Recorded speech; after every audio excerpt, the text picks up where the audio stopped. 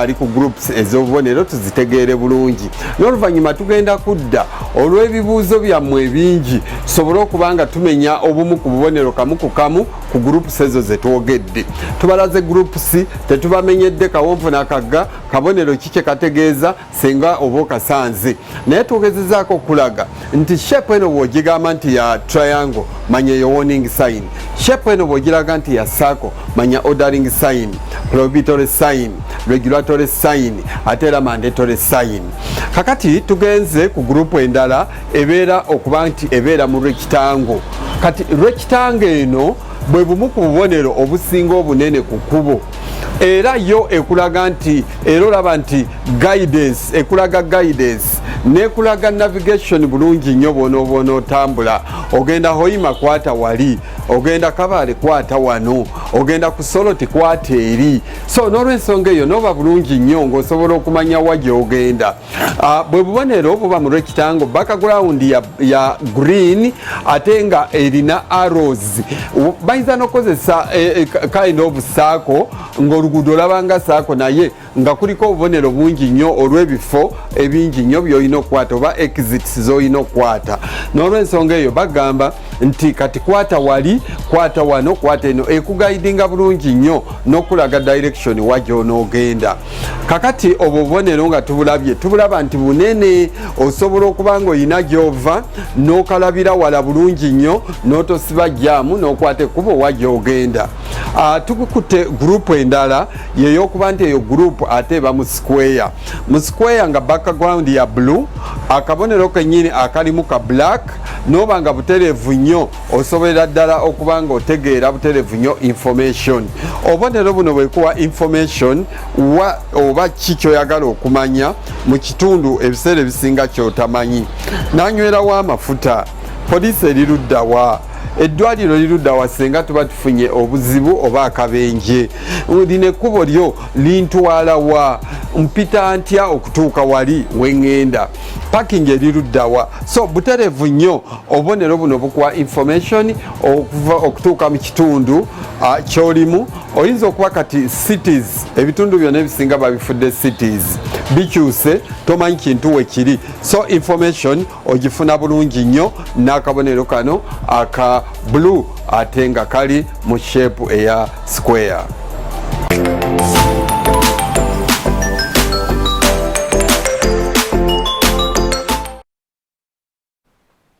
Yes, bwatu mzee Wilson Tamale bwatudde bakobo akyanyonyola olubonero obwenjawulo tujja kudinga naye ate sabbiiti ejja ku Mande nenga tukyatambula omunyo ku makya lero Lwakutaano ennaku z'omwezi ziri 6 tugenda mu weekend ebamu ebintu bingi ddala entambula katutwogerera abantu bangi balina ebidduka ebitambula ate nga weekend buli omu abeera avuga kiki so wetaaga okuba nga weegendereza nnyo n'okumanya obubonero oluguudo lw'otambulirako olina okuba nga otegeera bulungi bwana Amala ate ensonga ya traffic jam yeyongera bweyongezi n'olunaku olw'eggulo ndowooza wena yitidde mu kibuga zabadde zigenda mu ssaawa 2 kitundu naye nga traffic jam weewuunya n'okwewuunya oba kafyu akyaliwo oba simanyi luli batugamba nti kati enforcement y'amaanyi nnyo z'ensimbi zinanti oba simanyi ezo gundi roadblocks zezalese traffic jam ne traffic jam yabadde very very thick okusingira ddala ku kkubo lino erino erikkirira nayise mu lino eryaffe lyennyini erigenda lino eryaffe erya wano Mengo okudda side eno okukkirira ku northern bypass nga wakutte nnyo yadde akwatiridde so ndowooza buli omu ateekwa kwegendereza mu kiseera kino bw'obanga olina ekidduka ku luguudo apo njala twogere ku nsonga tulabye wano banaffe olengedde obuwumbi obwo 142 nga bw'ogambye obanga babuwandiseko wano nti bwakwasisa biragiro obuwumbi 142 bw'obanga obutaddewo okugulira abantu vaccine ndowooza kibeera kyanjawulo okusinga okubuteekamu enforcement buno obuwumbi bwabulira mu bantu enforcement ate ne vaccine nazo vaccine anti kyenkugambye nti bw'obanga okutta obuwumbi buno nogaa nti ensimbi zino waakiri zigulire abantu vaccine mabageme enforcement ologireke enforcement kiki ekyenjalo kyobadde weetaaga mu kyotayina luli njala tutunulire ennaku 42 ez'omuggalo gwe twafundikira oba gwe twavaamu sabiti ewedde ku lunaku olwokutaano bwerutu mukulembeze gwanga bwe yalangira naga nti abantu batawuluza entambula ez'olukale ziddemu entambula eza buyonjo ziddemu zitambule bannaffe amasinzo basigale nga bakyali baggale ennaku endala 6 yata abamolzi ab'ekikuubo ennaku 42 goba otunudde yewammwe gy'oyitira oba mu bitundu ebyenjawulo kiki ekyakolebwa mu nnaku 42 kyetugamba nti kino baakikola baalambula obutale baakola kino baatereeza ennaku 42 kiki ekyenjawulo ekyalimu kubanga omuggalo guli ogwasooka waakirigwo waliwo ebyakolebwako naye nze ndaba ennaku 42 kitono nnyo ekyakolebwa kitono nnyo ekyakolebwa naye ate bwana Mala enforcement obaoliawo yeetaagisa kuba enforcement nze ndowooza nti etwaliramu byonna okukwasisa ebiragiro bibeera bingi tubadde twogera ku biragiro ng'ebya kafyu then waliwo ebiragiro ebyokukwasisa abo abatayambadde mask okitegeera waliwo enforcement obaoliawo ey'okukwata abo abatalina hand washing points water points bwe bityo ndowooza byandibanga biwerako booliawo bw'okwasisa muntu atalina hand washing point kyetaagisa ate sente endala ono agenda omukwasa omuwa sente asobole okukwasisa lwaki tokwata sente zino n'okola improvision n'owa buwi ono omuntu n'osaba facility eri public kubanga mulimu ebintu ebiri logiko ng'oteekeddwa okukozesa aba okulowooza okwa bulijjo bw'ogamba nti ennaku 42 zaweddeko naye nga water points eziri public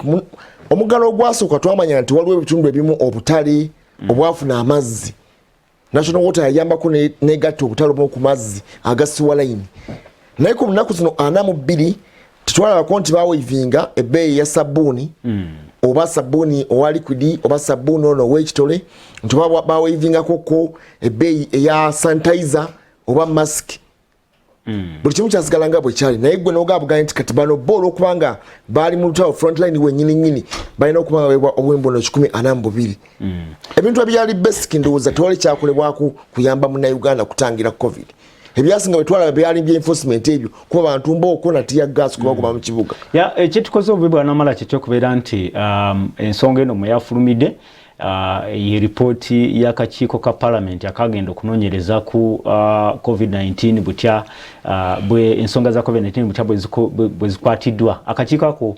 katondebwawo juuzaawo nga kakulirwa omubaka w'ebugweri honorable Abdul Katuntu ekyatukoze bubi kyekyokubeera nti ripooti sinambulukufu bulungi butya ensimbi zino bwe zakola ki bwe zasaasanyizibwa ku biki bwe basaasanyiza ensimbi zino neera nga bwe tusobola okuteebereza ffe nga bwe nkubuulidde nti bw'oyogera nti ensimbi zino zasaasanyizibwa ku enforcinga lockdown mwe mujjira okulabika nti abantu bakola ki tebayingira kibuga ye lockdown bwe bayogera ku nsonga za district nti abantu basigale mu district zaabwe tebasala then yeyo ndowooza enforcement gyetwalaba ku nsalo za district twaziragako wano ku Sol TV ku nsalo za district nga kuliko ki zi roadblock ezitangira abantu okusala ogendawa ojjukira ekyali ejinja ku lutindo ng'abantu basala okuva eri enjeru basala okudda eri so ndowooza byebyo actually ndowooza byebikwekweto nebitwala obuwumbi bonna ensimbi ezasanyizibwa mu bikwekweto kubanga nze ndaba nti bwe twagenda mu lockdown amalwaliro agamu gaali mabi nnyo nalengera abakulu bano abaali akakiiko kano nga kagenze mu ddwaliro ery'ejjinja jinja noza yasinga okuba embi Mbale n'ekyuma kyennyini ekya oxygen waliwo biseera oxygen walinga wabwetaavu nnyo amalwaliro agasinga tegalina oxygen naddala rifaro zino naye ate tulaba nti priority ndowooza zaabulamuko bakkirize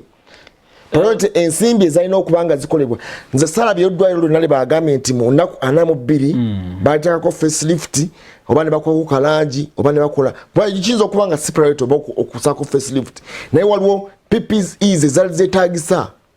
nti eriyo abasawo abongedde okufa mu nnaku 42 olw'okuba nga tebalina bikozesebwa naye gwe osinga kufa ku enforcement ate okusinga okutaasa obulamu bw'abano front line workers oli mutuufu bwana Mala bw'oyogera bw'otyo oli mutuufu tosobola kutunula nnyo ku enforcement ate n'otateekawo ki n'otateekawo bino immediate ebyetaagisizaawo amangu nga bw'oyogedde PPEs nga bw'oyogedde okulabika nti oxygen ali mu malwaliro bwe bityo naye ate mbadde nkyagezako kusoma ripooti eno kugyetegereza ripooti eno nno abantu ndowooza banditutte interest mu ripooti eno erimu bingi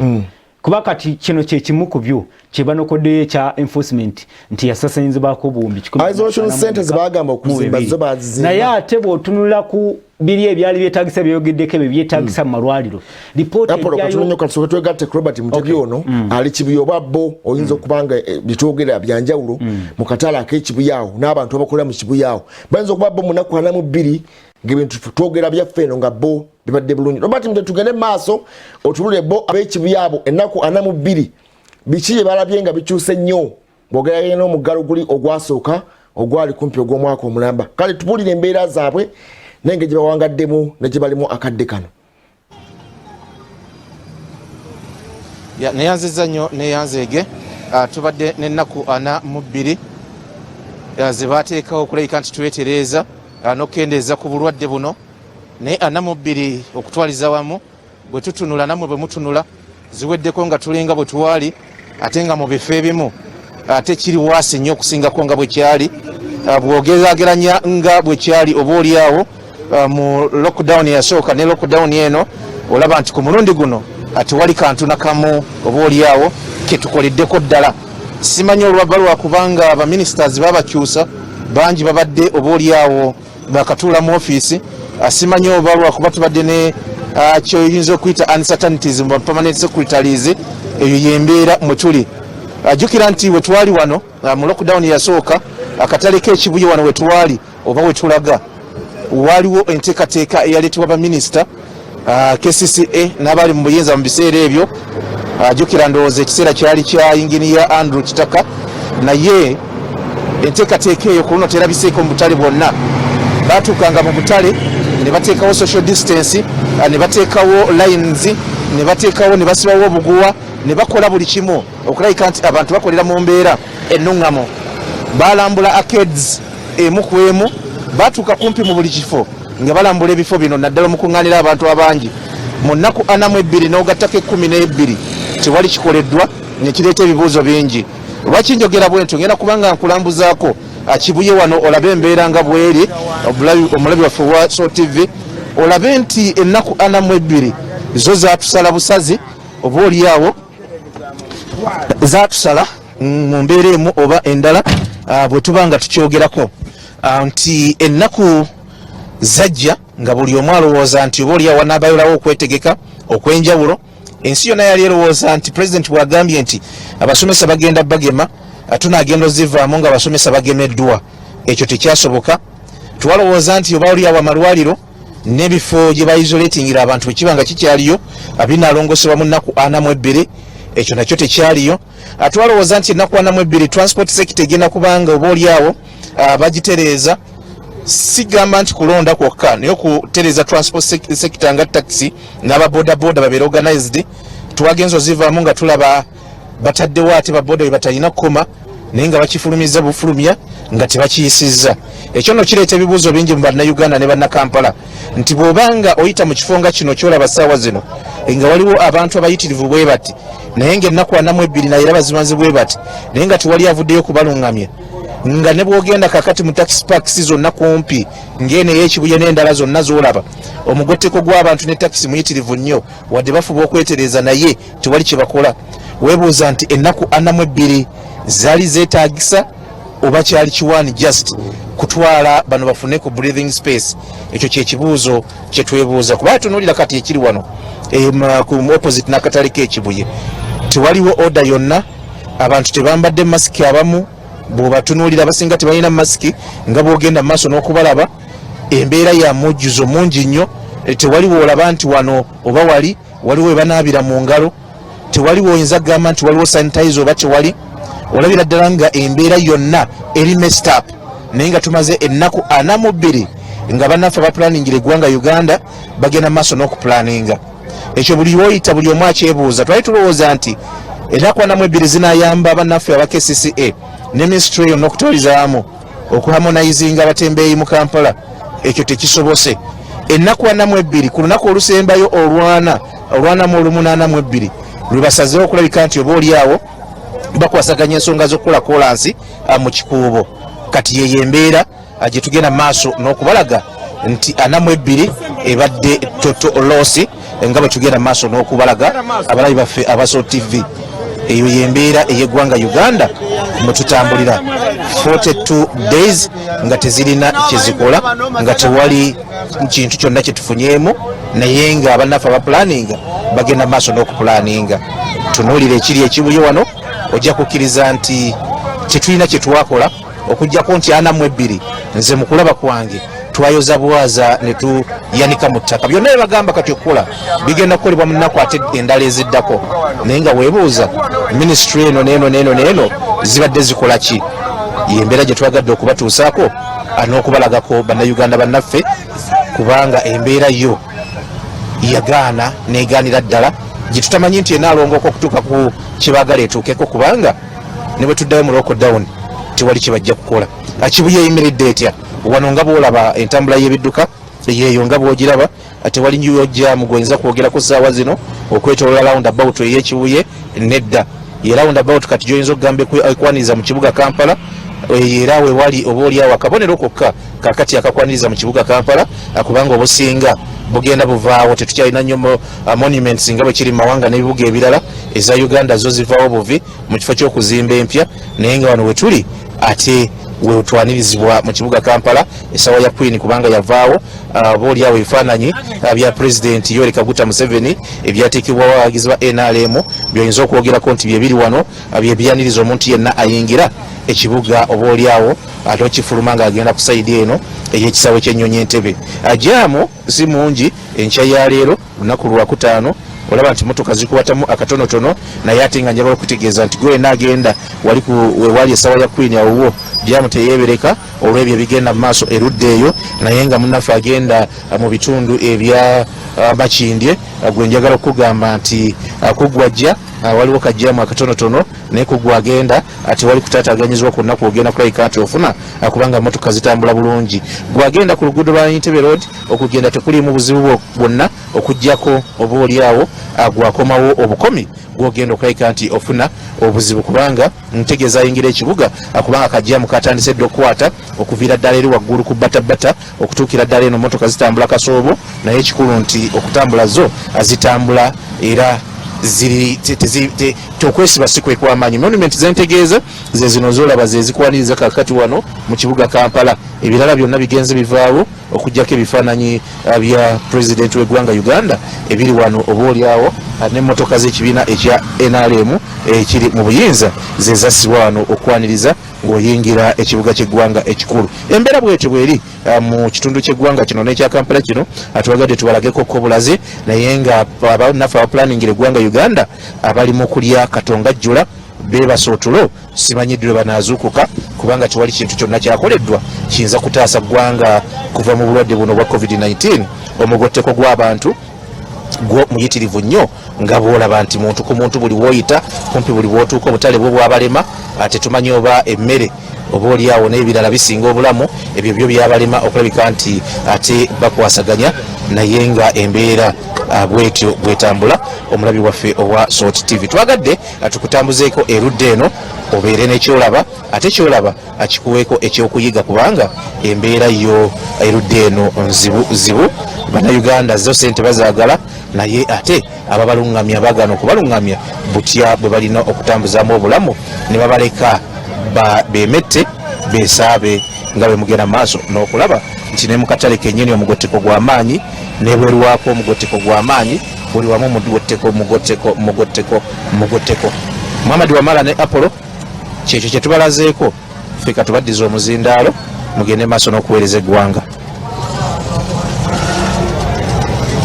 Jessica fiiraako nga tugamba munaku 42 ebyalina okuba nga bikolebwa biki ebikoleddwa era biki byolaba nti bisigadde nga bijulidde.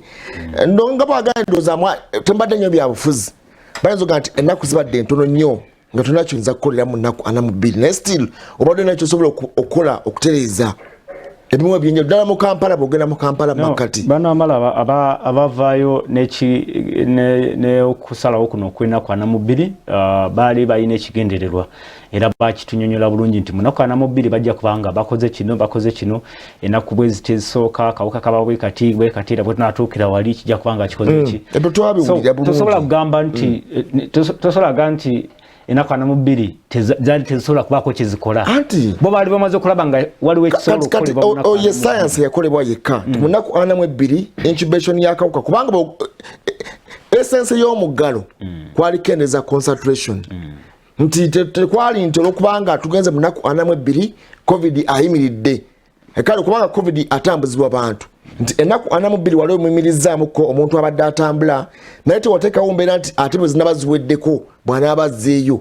mu bifo bino biwasiba abantu okubanga tebeesiigiramu covid kubanga enaku 42 bwe zibanga ziweddeko bajja kuddayo era covid ejasigala nga atambula kubanga bano be bamutambuza kati gwe mu bifo bino gye bakolera wateekawo mbeera ki okulabika nti basigala nga tebeddamu kwesiiga covid Kampala omulengedde bwafaanana abatembeya abo ku nguudo bonna bazeeko nga baali batambula. Minisita w'ebyobulamu Dr. Jane Luther Cheng akoze press briefings era nawa updates ez'enjawulo tubadde covid situation ne progress mu kulwanyisa akawuka mu kiseera kino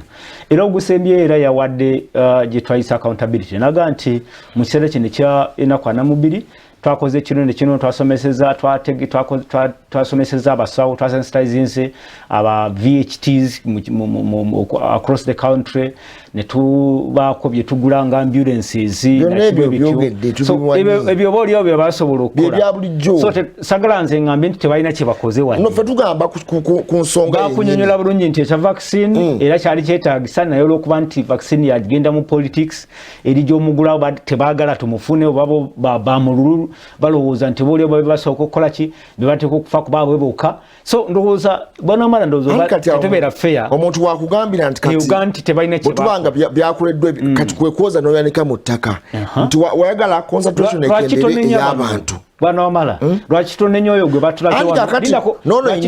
gwe bakulaze wano nga tayambadde mask lwaki tonenya oyo bw'obanga ogenze na mukibuga bwongo bumanya nti okwambala mask kisobola mu kibuga n'ogamba nti kakati fine twagenda mu ggalo naye kakati ate betwalina okuba nga tukola CCTV camera okubitereeza byolina okuba nga okolera mu ggalo ate ogala babikole ng'omuggalo gumaze okuba nga guli uplifted bwana wamala kiraba mulimu ebimu ebitalina logiki nze byesikkanya nabyo tolina bw'oŋŋamba nti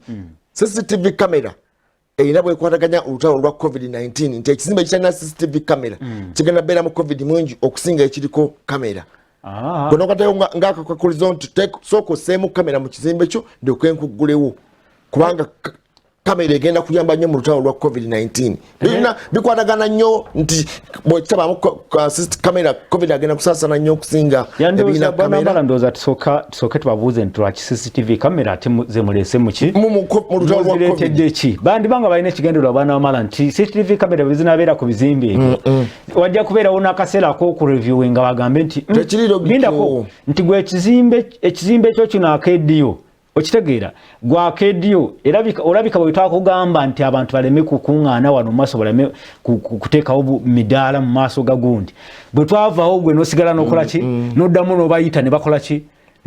so ndowooza bandi banga balina ekigendererwa kyabwe siwagira bintu naye nga tuyinza kugamba nti kiteekewo nga determinant nti omuntu for opening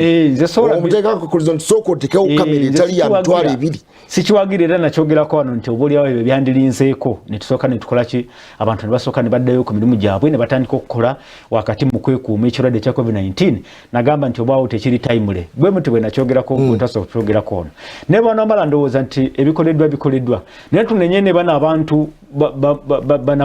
abatawuliriza bateefaako batulazewo abantu abatayambadde masiki ng'ali mu katale wakati ali mu katale wakati nze nakyogera wane mabegako nenga nti naye wakyaliwo munauganda ebwera tamanyi nti akawuka ka covid-19 bw'oyambala masiki kiina kye kikuyambako nakyogera wano nenga nti lazima ne minisitule eddemu efulumya budget endala okusomesa abantu masiki nti masiki zeetaagisa luli weru kiyinza okuba kyetaagisa nga muli ngamba nti obaolyawo nga muli namwe ndowooza nti munauganda waali kati amanyi nti okunaba mu ngalo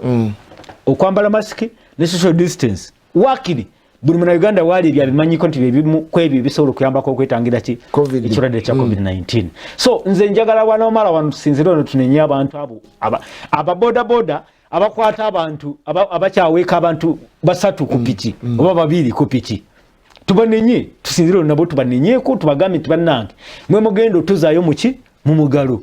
tugambe bana bali mu butala batambadde mask bana abantu batalowooza ku social distance tubagambe nti mwe mugendo tuzaayo mu mugalo ne tulemenga ate kunenya buli kaseera bwana amalo kujja wano kunenya government nayo tekoze kimala naffe kenyini tukole ekyaffe ekyaffe tukikoze ffe twakola ekyaffe kiri wache twagezako naffe ne twerwanako kino kyenyini kubanga lwali ekifaananyi kye tulabyawo lutalo ffenna ekifaananyi kye batulaze omuntu bwawulira n'agamba nti bano abaali bakwasa obukwasa ebiragiro baweebwa ensimbi zino oba oliawo ezandibali zikwatibwa n'ogabanyamu makkati n'ogulyamu abantu eddagala gwe n'oziwa buyi akakundi k'abantu naye ng'ate priority tewagifaako amalwaliro agali amalwadde n'otagafaako n'ogaleka nga bwe gabadde ennaku 42 ne ziggwako ne gasigala nga bwe gabadde covid yaliwo naye n'ebirwadde birala byasigala nga bitambula bitulugunya abantu tewabayambako abantu balina okufuna eddagala lyabwe liweza kawuka ka mukenenya abali ku ddagala lya sukaali abali ku kansa obayamba otya tulamentinga naku 42 zaggwako naye nga tewali kyakolebwa kuyamba bantu bano nti abantu baafa elements endala comorbidities ez'enjawulo naye nga gwe ensimbi ozikwata ne mwegabanya mu kakundi ak'abantu akatono kyabadde kiyamba ate okuyamba eggwanga lyonna awamu. Okay, bwana mala ndowooza tusobola okukanya nti lazima nange siri mu mativu n'engeri ensimbi gye zasasanyizibwamu ne priorities bwe zasetingibwa muki okulwanyisa kino ekirwadde kya COVID-19 oba oliawo ebintu ebimu tebyandibadde nga biteekebwamu ssente ezo zonna twayogedde ku nsonga ya masks nti masks nga tumala okulaba ripooti olunaku lweggulo nti waliwo masks zebakola ne bateekamu bumbi buli 23 nga ziri eyo zitudde ninga abantu ebweru abano tubakulaze nga tebalina masks lwaki masks ezo tukola ki lwaki ensimbi waziteekayo eyo mu kubisa masks zitagenda kuyamba baki abantu ababulijjo kati walabye abasuubuzi babawadde biliyoni 2 tubadde tubyogere bye byonna naye ngamba nti n'ekirala naffe bwe tubanga twogera ku gavumenti byetakoze naffe twetunulemu tugambe nti fogwaffe tugukoze kuba waliwo enjogera eri eyasooka egamba nti nga tonabaku buuza gavumenti kyekukoledde naawe sooka weebuuze kikyokoledde gavumenti kuba gavumenti yeffe ffe tukola gavumenti okitegeera yeffe ffe gwaffe tugukoze tukyayambala masiki oba masiki twazivaako kati mwagala era baveeyo abapoliisi n'abasirikale batanti tukuba nti mwambale masiki luli tukyetaaga omuntu okukubibwa oba omuntu atekebwe mu kaduukulu olw'okwambala masiki abantu banyiga bunyizi kati bagende baffe ensimbi zitwawaayo mu kusooka obuwumbi kati bewaddeyo mwaguzeemu double cabin ate musaba ensimbi endala obuwumbi 9 for clearance olw'obusungu n'obunyivu kati musazeewo tuffe walengera bwe bagenda mu kakiiko katuntu Abdul Katonda bamugamba ani yakola kino ekintu ekyobuyabuya mwagula mutya double cabin nga temanyi ensimbi zigenda kirerenga mu motoka gye zigenda kuva kati claiming nti ate mwakola procurement y'emmotoka ate munoonyezaako ensimbi endala okuzikirirenga mu URA nti motoka ziri stack eyo obwabutavu bwali wa double cabin ennyo okusinga okugula ambulance kati n'ogwokyali awo ripooti emu eyo nenyini elaze bulungi nti okusaasanya ku distributing masks era kuliko obuwumbi obusoba nga 10 era bali mu budget ndooza mu budget mwalimu obuwumbi bwali nga 7 oba okugenda okusaasanya masks okuzituusa eri abantu naye kati ate ripooti eraga nti nazo sente mulimu ezayiseemu ebisinga actually report eyo tukyagisomera lwakuba nti kyatukozeho nti bwe yaze ku floor ya parliament tebasobodde kugikubaganyako birowoozo n'okugiyisobola okuba nti gavumenti yasabye nti bagiwe weeks 2 ate basooke bagende mu cabinet bagidiscussing mu cabinet ate bakomyewo ne response okitegeera naye report eyo eraga bulungi nti covid-19 ekisooka byoyogerako byennyini eraga nti ebyali biteekeddwa okukolebwa mu malwaliro tebyakolebwa isolation centers ensimbi zonna bapangisa bizimbe bya masomero nedda zeba omutemo gwali ogwokukola isolation center zaali za kuzimba bapangisa tewaliyo nemu mulago yokka gye balagayo yekyaliwo yali gundi Nambole ne Mulago naye nga ate nabo tebalongoosa bulongoosa ojjukira ebya tentisi President Yabagabo report ebyazi tentisi eza parliament ojjukira bya oxygen mu gundi procurement ezabeera flouted ekitegeera so bingi nnyo ebiri mu report endowooza bimuko ebyo byongedde okulaga nti boliawo abantu abatufaako abalina otufaako tebakola ekyo kinyini kibateekeddwa okukola naye ate nange nga tumba njagala kunenya bannayuganda tubannayuganda ebyo byonna nga gavumenti oba oliawo etukoze bubi naye naffe ekifaananyi kitulabyawo nze kinkoze bubi nnyo nti okulaba omuntu owa bulijjo wiiki emu week emu yokka tuumbaumba week emu enaku 5 actually zokka nga bakatuta tugende tuddemu tukole ate bo temambadde masks really bano abantu beetaaga miggo beetaaga kibano simanyi ekisobola okubazaamu okukomyawo amagezi bajjukire nti kino kyabulabe kyebakola kubanga bano bakikola wano bali kibuye nekijja kumaliriza nga nange kenyini ali wano ate tuzeeyo muki nange kinyafectinze ali eno atali ki kubanze nagana okujjako masiki era naganira ddala naye nga nange yenyine yagaana nja kumaliriza nange nga kinyafectinze kuba it is a pandemic chaffectinga buli omu yenna bewalangira lockdown buli omu akola ki so ndowooza nti kyovola wali mu ntandikwa nakugamba nti bino byetutandisa okulaba bino byebafuuyira bijja kumala akabanga katonda abantu nga babikobazeyoki byannaku 3 zokka naye motoka tugenda zirabanga zizeemu to full capacity babadde bambi bakyagezaako nayisayisemu mujamu awe nakugambya beerwanyeeko bali muki batuula babiri ku muto which is good ndowooza twanditambuliddeawo naffe gavumenti ngaekola oba oliawo nga ebikoze bubi fe ate tukole ebisinga obubi yo byakola ebyasobya byasuba kubanga bwetugamba ennaku 42 omu yakkiriza kikyali kyetaagisa concentration ey'abantu ekendereko naye akawuka amanya nti covid-19 yali asibyemu twapozinga bupozinzi twanyija pesa lya pozi nga twalina okuddamu tuplayinge katuplayinga kyaddamu kitambule kubanga fe tutambuza covid fe tutambuza akawuka ko tekatambula bulijjo otambula ne weeyongerayo n'otambula osigala nga otambuza embeera eno netugamba bannayuganda tuddemu tubeere bavunaanyizibwa embeera eya covid ekyaliyo twagala okufundikira awo ennyininyini nga tubagaliza akaseera akalungi tugenda kubajjukiza era kitwaliriza olunaku olwajjo bannaffe munnaffe Kiprotich Golden Boy owa 2012 ne munnaffe Akibwa eyali Gold omwaka ogwa 1972 tugenda okufunika naye nga tukujjukiza kubanga olwaleero